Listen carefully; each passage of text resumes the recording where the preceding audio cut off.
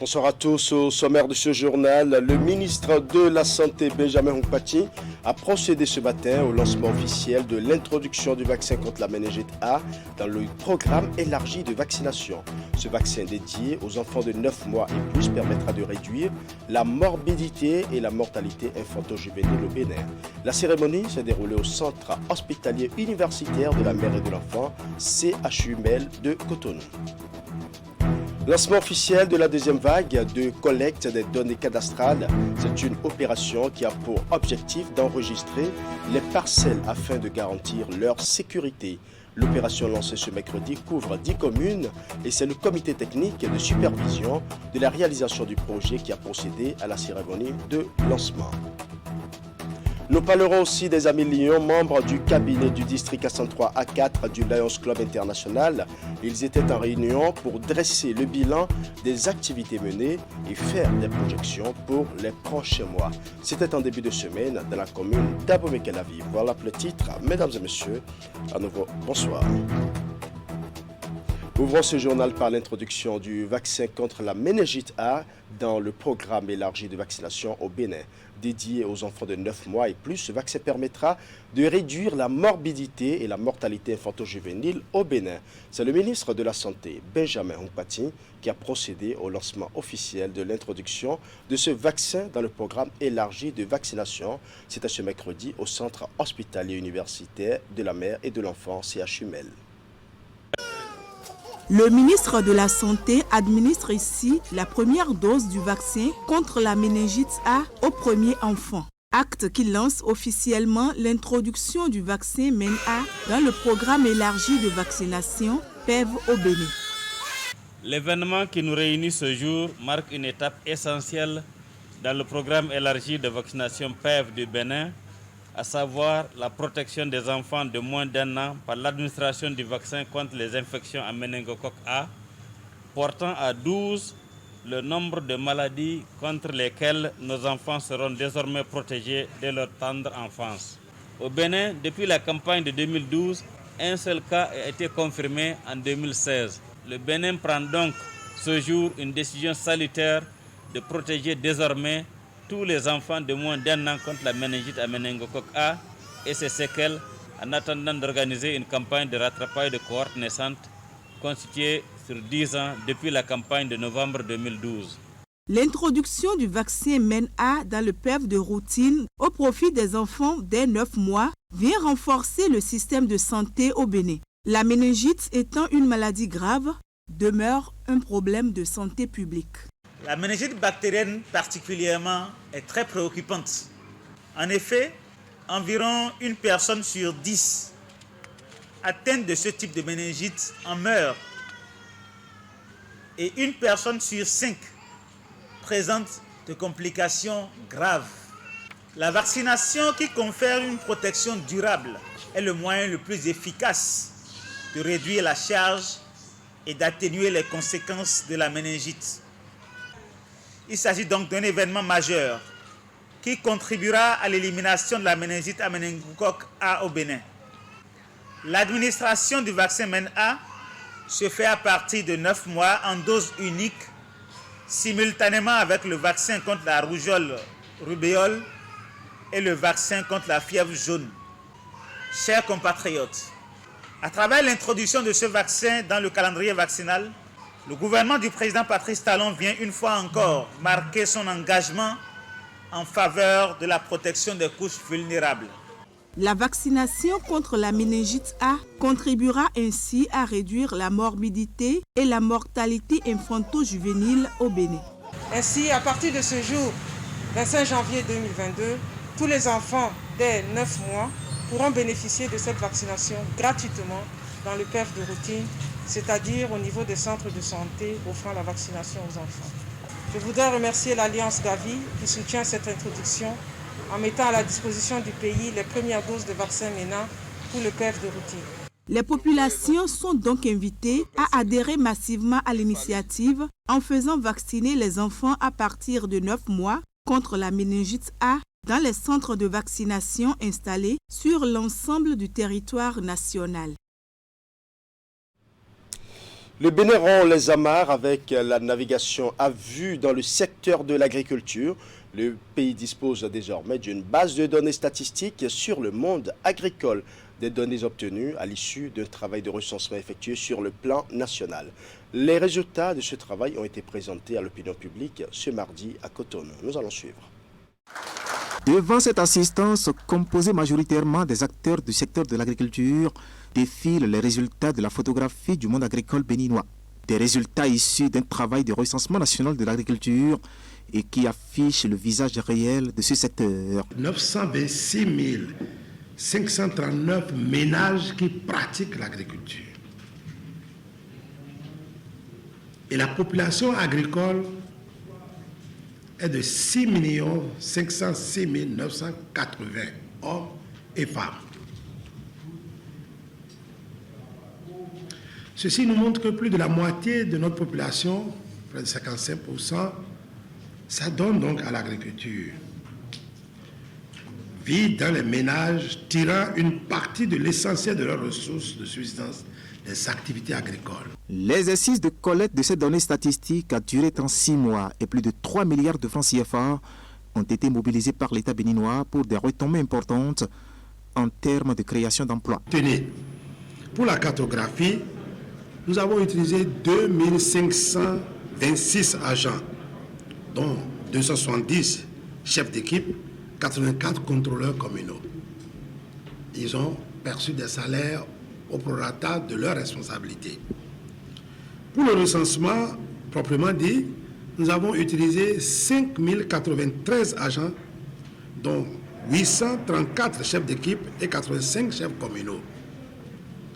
La codification a permis de mobiliser 140 agents, tandis que la saisie des questionnaires et autres agents a permis de mobiliser 400 pairs, soit au total, près de 9700 jeunes ont été mis au travail.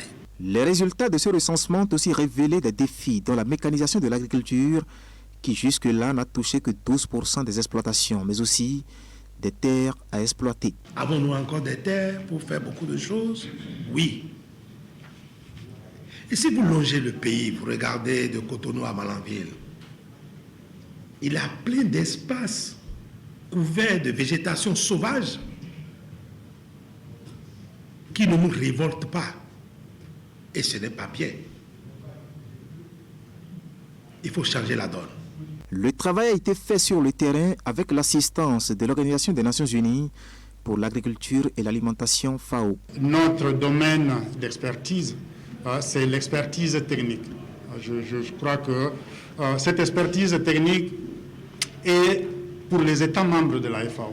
Donc nous assistons les États membres, comme le Bénin, qui est un État membre à part entière de la FAO, nous assistons les États membres sur tout ce qui est technicité. Le Bénin amorce ainsi l'ère d'une planification rigoureuse pour son agriculture. Un rêve devenu réalité après plusieurs décennies d'échecs répétitifs essuyés par le pays. Le défi majeur aujourd'hui reste l'actualisation de ces données pour finir avec la navigation à vue. Nous allons à présent parler de la validation des documents du processus multi-acteurs pour la gestion des déchets et de la salubrité dans les villes du Bénin. C'est l'objectif de l'atelier qui s'est ouvert ce mardi à Cotonou. Le cadre de concertation qui va sortir de ces travaux permettra de mieux cerner les questions de salubrité publique et d'accroître l'impact des interventions de la SGDS sur l'ensemble du territoire national. Herman Parfait à Nerbosso pour plus de précisions. L'agenda de la demi-journée est bien chargé pour les acteurs de la salubrité publique conviés à cet atelier qu'organise la Société de gestion des déchets de la salubrité. Les activités que mène la SGDS, si ces activités sont bien menées dans une commune, cette commune rayonne. C'est pour ça les principaux acteurs qui sont invités dans cette salle proviennent essentiellement des communes. Des participants de Cotonou, joints par ceux venus de Parakou, Ouida, Semekpodi, Porte-Nouveau, Abomey-Calavi, qui ont pour tâche essentielle de mettre en commun des outils pour la bonne gestion de la salubrité dans les villes. Le cadre de concertation voulu par la SGDS et ses partenaires, au sortir de cette journée de réflexion et d'échange, devant concourir à mutualiser les moyens d'intervention. Aujourd'hui, nos villes sont devenus de plus en plus propres. Tout le monde s'en réjouit. Mais est-ce que nous devons baisser les bras? Non. Comment faire en sorte que ces efforts qui ont commencé puissent se poursuivre, se pérenniser? Ce qui est surtout recherché, c'est la synergie dans l'élaboration et la planification des programmes de salubrité publique, de précollecte et dans divers domaines qui justifient la création par le gouvernement talon de la Société de gestion des déchets de la salubrité. Je voudrais insister sur la participation active des DST à tous les niveaux du processus, notamment au niveau infracommunal et communal. La présence des services techniques de la mairie au niveau de chaque processus garantit un suivi permanent et constant des activités. Au-delà de cet espace de dialogue, pour l'établissement d'un programme de travail annuel, les PME pourront aussi bénéficier des appuis des autres acteurs pour assurer efficacement leurs prestations. Un mécanisme de suivi est également prévu à divers niveaux de participation des acteurs, toutes choses qui concourent selon la SGDS à rendre plus performantes et fluides ces activités pour le bonheur et le bien-être des populations. La deuxième vague de collecte des données cadastrales est officiellement lancée ce mercredi à Cotonou. L'opération qui a pour objectif d'enregistrer les parcelles afin de garantir leur sécurité couvre 10 communes et c'est le comité technique de supervision de la réalisation du projet qui a procédé à la cérémonie officielle de lancement. Nous allons suivre. Le cadastre national est une initiative du gouvernement qui permet d'identifier, d'enregistrer et de décrire les terres sur l'ensemble du territoire béninois. Après la première vague de ce programme qui a pris en compte les communes de Boïkon et de Ndali, le comité technique de supervision et de réalisation du projet lance la deuxième phase de collecte des données cadastrales. Au Bénin, le paysage foncier a toujours été marqué par des conflits fonciers et domaniaux avec une récurrence de superposition de droits de propriété ou de propriété présumée sur le même immeuble. C'est donc dans le but d'assurer la sécurisation foncière, de favoriser l'accès à la terre à tous et de disposer à terme d'informations fiables et globales sur le foncier, sur toute l'étendue du territoire que le gouvernement de la République du Bénin a opté pour la mise en place d'un cadastre national. Présents à ce rendez-vous, les acteurs impliqués dans la modernisation de l'administration foncière au Bénin. À leur côté, l'ambassade des Pays-Bas.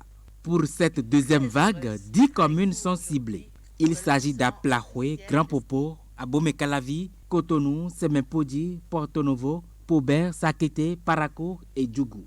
Toutes les parcelles qui sont enregistrées sont donc sécurisées lorsqu'elles le sont au cadastre national. Cela permet effectivement d'avoir des informations fiables et de faire en sorte que la personne qui a apporté les actes présomptifs de propriété ou les actes de propriété qui ont soutenu l'enregistrement au cadastre national puisse aller tranquillement se reposer et être à l'abri de tout conflit foncier. C'est donc une opportunité unique qui est offerte aux communes pour rendre de meilleurs services aux populations et pour accélérer la mise en œuvre des actions de développement au niveau local. Les autorités locales que nous sommes ne pouvons que nous réjouir d'une telle réforme qui vient mettre fin à un désordre qui n'a que trop duré. Le cadastre national offre de nombreux avantages aux communes adhérentes.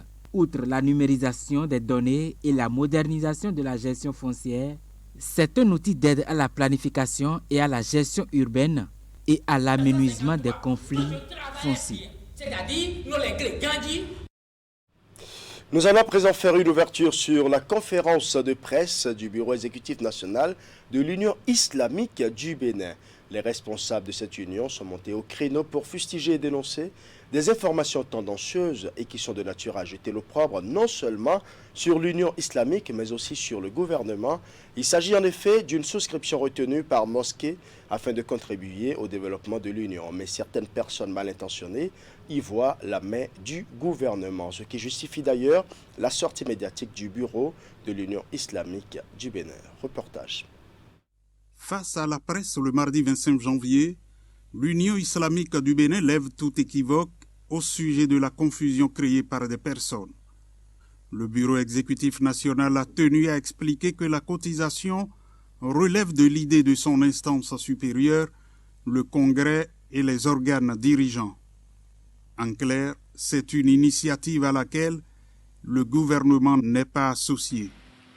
L'Union islamique du Bénin lève tout équivoque à propos de la cotisation périodique des mosquées, régulièrement adoptée par la communauté musulmane du Bénin à travers son instance supérieure, le Congrès et ses organes dirigeants, à savoir le Conseil supérieur de l'Union islamique du Bénin, l'organe de conciliation et d'arbitrage et le bureau exécutif national. Concernant les tickets, il a eu trop de problèmes.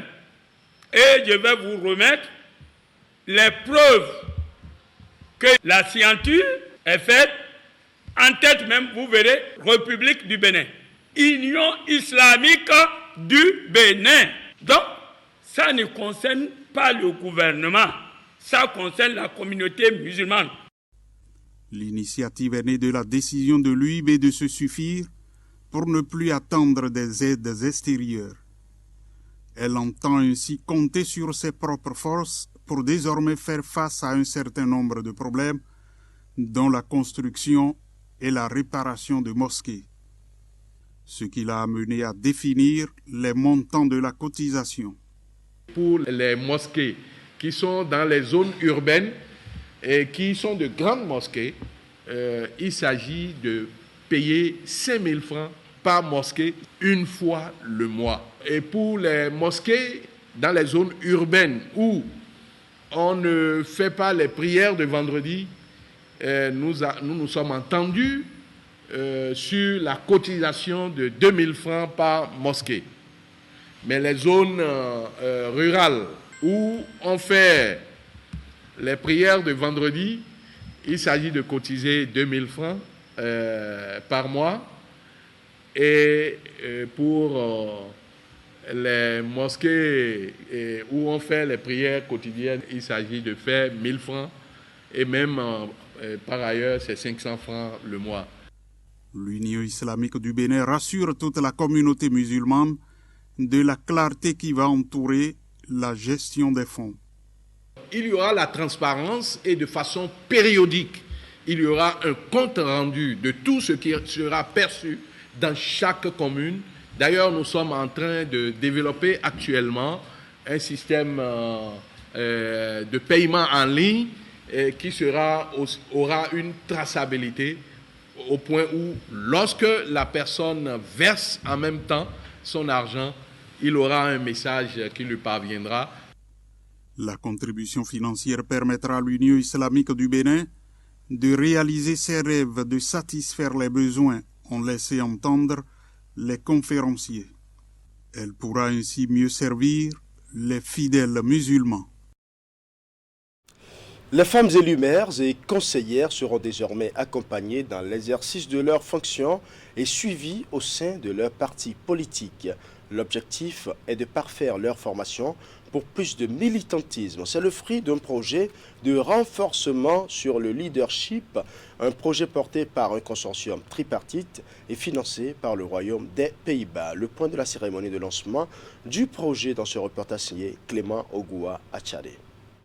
C'est un nouveau projet qui vient proposer la solution attendue depuis des années pour corriger les imperfections laissées par les acteurs politiques béninois. Un projet bien pensé pour renforcer le leadership des femmes en politique dans les communes du Bénin. Une manière pour les consortiums initiateurs de prendre le taureau par les cornes en mettant un accent particulier sur les communes du Bénin où les bases sont déjà posées avec la présence des femmes maires et élues conseillères dans les organes exécutifs et les instances de délibération. Et pour rehausser ce lancement officiel du projet, une figure emblématique des femmes en politique comme marraine invitée, Mariam Tchabi Talata Zimé, vice-présidente de la République du Bénin. Le coordonnateur du projet se réjouit de cet engagement des gouvernants à ses côtés. Madame la vice-présidente, votre présence distinguée témoigne du grand intérêt que vous accordez à ce projet et confirme une fois encore la preuve de votre engagement pour la promotion des femmes dans toutes les sphères de la vie publique.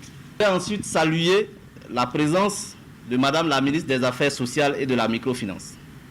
Je voudrais aussi témoigner toute ma gratitude à Madame l'ambassadrice du Royaume des Pays-Bas pour avoir eu l'ingénieuse idée de concevoir un tel projet et pour avoir retenu notre consortium, le consortium NIMDIGD Care International, pour en assurer l'exécution technique. Le projet vise à renforcer le leadership des femmes en politique au niveau local, surtout dans les communes où il y a des femmes maires et des femmes élues conseillères. Au niveau du Parlement, seulement 6 femmes parlementaires. Heureusement qu'avec l'affirmatif, on en aura 24 assurés, mais c'est encore pas assez.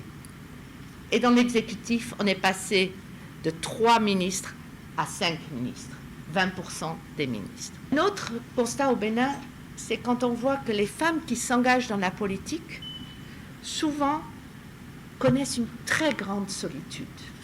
C'est aussi qu'on soit ensemble, que ce n'est pas seulement les femmes pour les femmes, mais que c'est aussi les hommes pour les femmes, le he for she, que c'est aussi les partis politiques pour un ensemble, une vision inclusive idéale.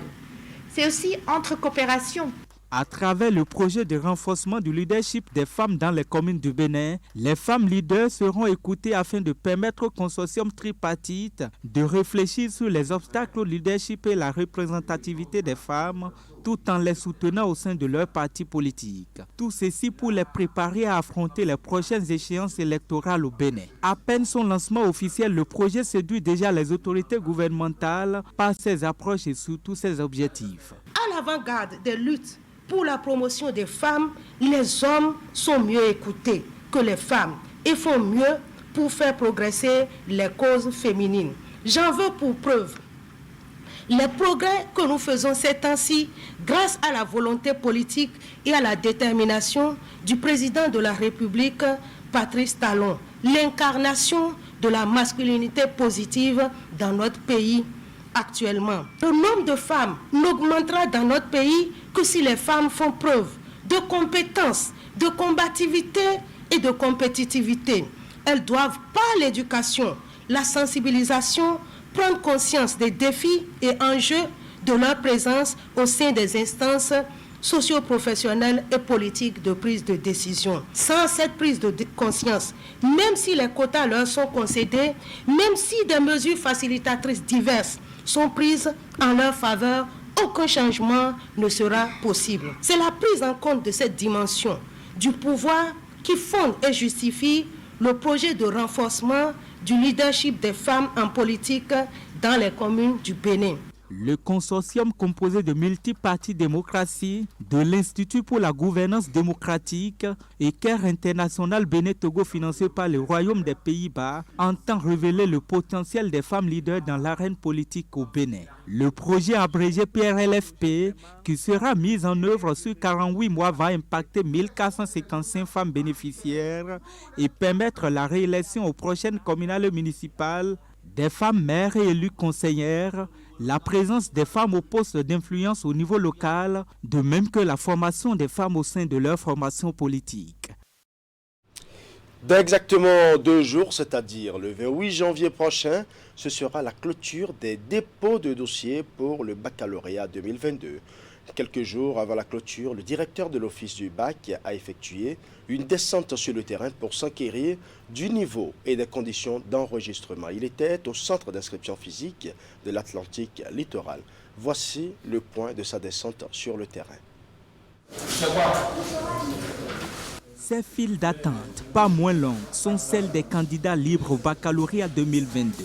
Ils se hâtent en ces derniers jours de l'inscription physique à constituer leurs pièces exigées en dossier par l'office du baccalauréat. Tout commence d'abord en ligne avec un formulaire. Bon, la procédure en ligne, c'est un peu compliqué s'il n'y a pas la connexion. Lui, il vient d'arriver. Il est déjà parti à la banque. Il a payé la quittance. Il vient avec l'original de la quittance, plus une copie. Lui-même, il va s'inscrire en ligne. Après avoir inscrit en ligne, il aura un numéro. Nous, on envoie faire la comptabilité qui valide sa quittance de banque. La comptabilité l'envoie vers l'informatique à base de son numéro. Lui tire ce formulaire qui est le formulaire de préinscription. Donc, il vient vers nous avec ce formulaire. Après avoir rempli ça, on a besoin de 2 photos. Sur ces 2 photos, derrière la photo, il doit mettre la mention nom, prénom, série et on regarde le CL du département dans lequel il veut composer. Vendredi 28 janvier 2022, c'est la date de clôture du dépôt des candidatures. Le directeur de l'office du baccalauréat y veille personnellement. Objet de sa descente pour un constat du niveau d'avancement des démarches. Je suis venu voir comment les candidats libres s'inscrivent à cet examen du baccalauréat de cette année. En ce qui concerne les candidats libres, ils viennent toujours les derniers jours. Mais j'ai fait faire prendre des dispositions pour que tous ceux qui vont arriver soient effectivement servis à bon escient. Le collège d'enseignement général de Guégamé est le point de dépôt physique des candidats libres de l'Atlantique littoral. Les directions départementales de l'enseignement secondaire tiennent lieu de ce centre dans les 10 autres départements du Bénin. Les candidats officiels, eux, se fient à leur établissement scolaire après l'étape de l'inscription virtuelle. Mais pour tous... Le vendredi 28 janvier prochain, c'est le deadline. C'est le deadline. It is the deadline. Je l'annonçais en titre, réunion des membres du cabinet du district 103 A4 du Lions Club International. Occasion pour les participants de dresser le bilan des activités menées et de faire des projections pour les mois à venir. C'était en début de semaine dans la commune d'Abomey-Calavi. Les détails avec Teddy Goudalo. À cette réunion des membres du cabinet du district 103 A4 du Lions Club International, tous les responsables à divers niveaux. La rencontre qui se tient après celle de Parakou va permettre de faire le bilan des actions menées. Je sais les difficultés qui sont liées à la pandémie qui font que les réunions sont pratiquement rares. Et de ce fait, les rapports qui doivent nous parvenir, on n'arrive pas à les avoir. Je voudrais donc, au seuil de cette seconde réunion de cabinet, où nous aurons à débattre d'importantes questions liées tant à l'effectif, le service, qu'au devenir de notre district dans cette ère constitutionnelle qui est en train de s'installer. Les participants vont entre autres analyser les différents rapports relativement à l'exécution des tâches assignées aux membres du district conformément au cahier de charges. Des recommandations pertinentes et pratiques sont attendues. Voilà, ce sera tout pour ce journal. Merci pour votre aimable attention. Bonne soirée chez vous.